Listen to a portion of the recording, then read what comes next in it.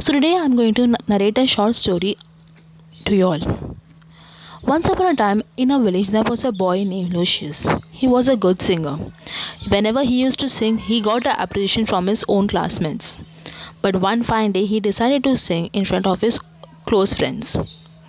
Then his close friends started to say that you please stop singing because you do not have a good voice.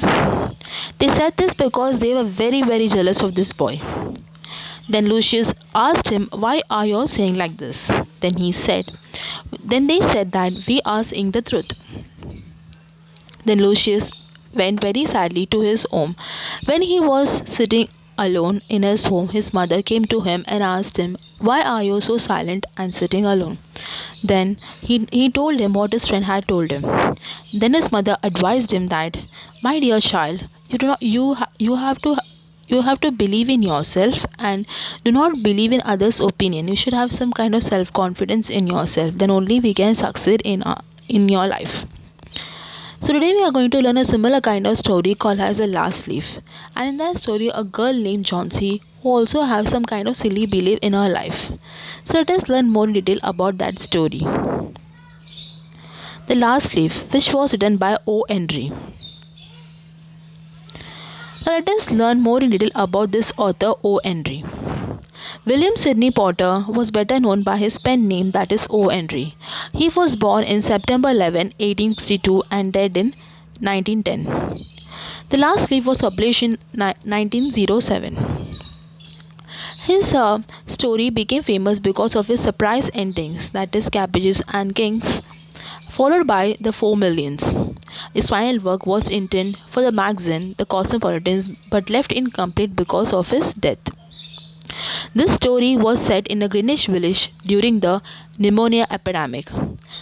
It is a story of an old artist who saved a young neighboring artist from dying with pneumonia and giving her will to live. The Last Leaf, the main theme of this lesson is hope and belief, and the sub theme are optimism, sacrifice, love and friendship and trust. Now let us begin with the story, The Last Leaf.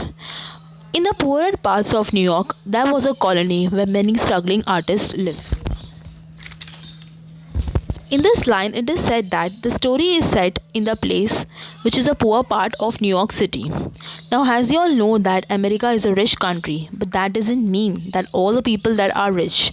There are certain poor areas or poor colonies also in New York in America.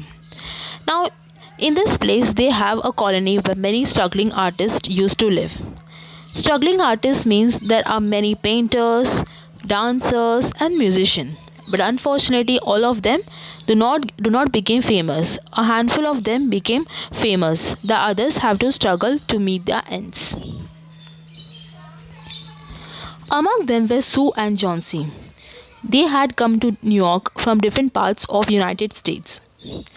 When they met, they found that they shared the same interest and they became friends. Now in this paragraph it is said that among the artists there are two girls called as Sue as well as Johnsy.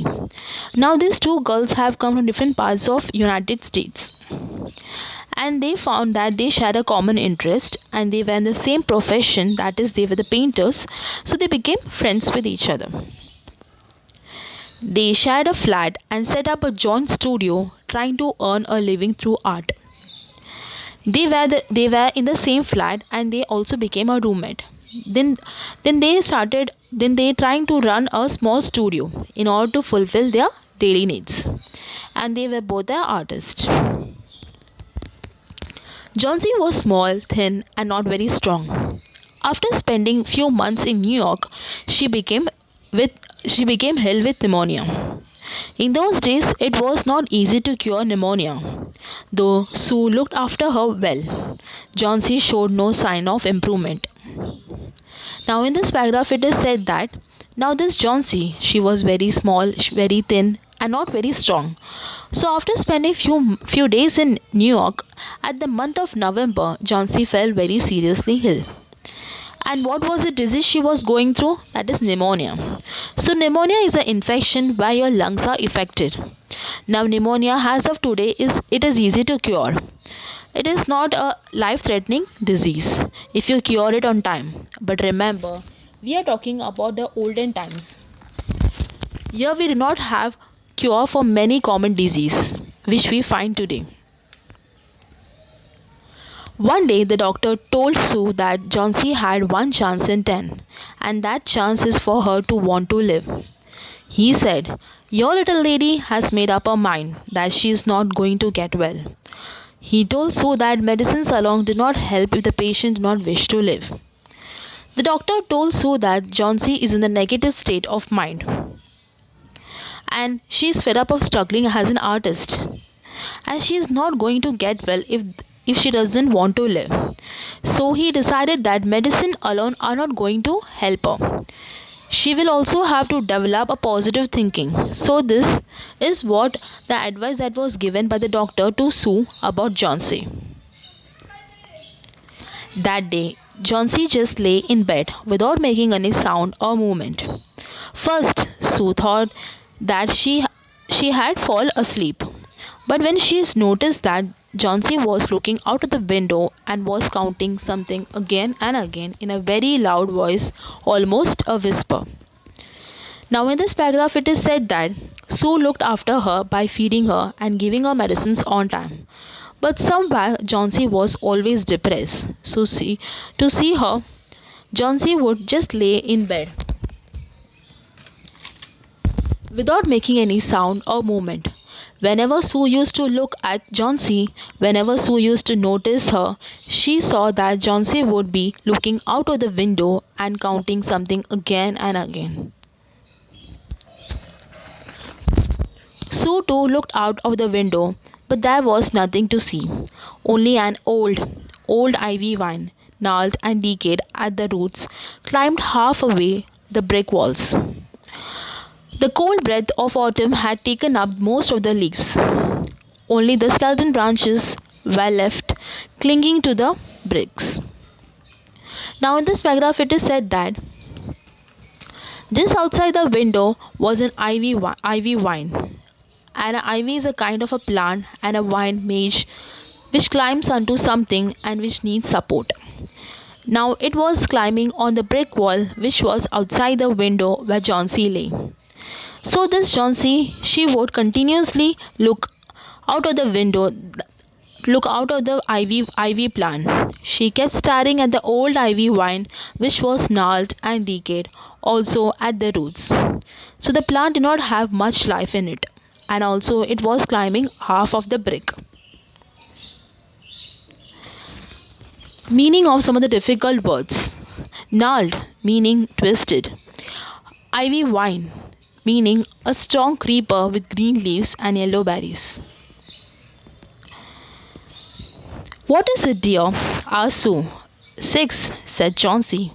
"They are falling faster now. 3 days ago, there were almost 100. It made my headache to count them. But now it's easy. There goes another one. There are only 5 left now." "5 what, dear?" "Leaves on the ivy vine. When the last one fall, I must go too. I have know that for 3 days. Didn't the doctor tell you?" "Oh, I never heard of such nonsense," said Sue. "What have old ivy leaves to do with your getting well? And you used to love that wine so." "Don't be silly. The doctor said that you had an excellent chance of getting well. Take some broth now and let me get back to my work." But Johnsy kept looking out of the window. Now in this paragraph it is said that Johnsy, in a way consciously or unconsciously, she was comparing her own life to the ivy vine. She knew that the ivy vine is going to die. So she started presuming that very soon, like ivy vine, I also die. So this was a negative thought which used to come to Johnsy's mind. There goes another. "No, I don't want any broth. The leaves just fall. I want to see the last one fall before it gets dark." Then I'll go too, Johnsy said so. Will you promise me to keep your eyes closed and not look out of the window until I'm done working? I must hand those drawings in tomorrow. I need the light, otherwise, I would have closed the window. I do not want you to keep looking at those silly ivy leaves. Tell me as soon as you have finished, said Johnsy, closing her eyes because I want to see the last one fall. Try to sleep, said Sue. I must call Berman up to my model for the old man that I am drawing. I'll not be gone a minute. Now, in this paragraph, it is said that so slowly the days started passing, and Sue started getting worried about Johnsy. So, what did she do? She contacted an old painter called Mr. Berman, who was a painter and who lived on a ground floor, but he was a failure in art. As I told you earlier, there are many artists who are very talented, but most of them do not succeed in life. So this Berman, he was waiting all of his life to paint a masterpiece, but somehow life was not kind to him. He was a failure in his profession. So Sue asked her help from Mr. Berman. Meaning of some of the difficult words: broth, meaning a hot soup.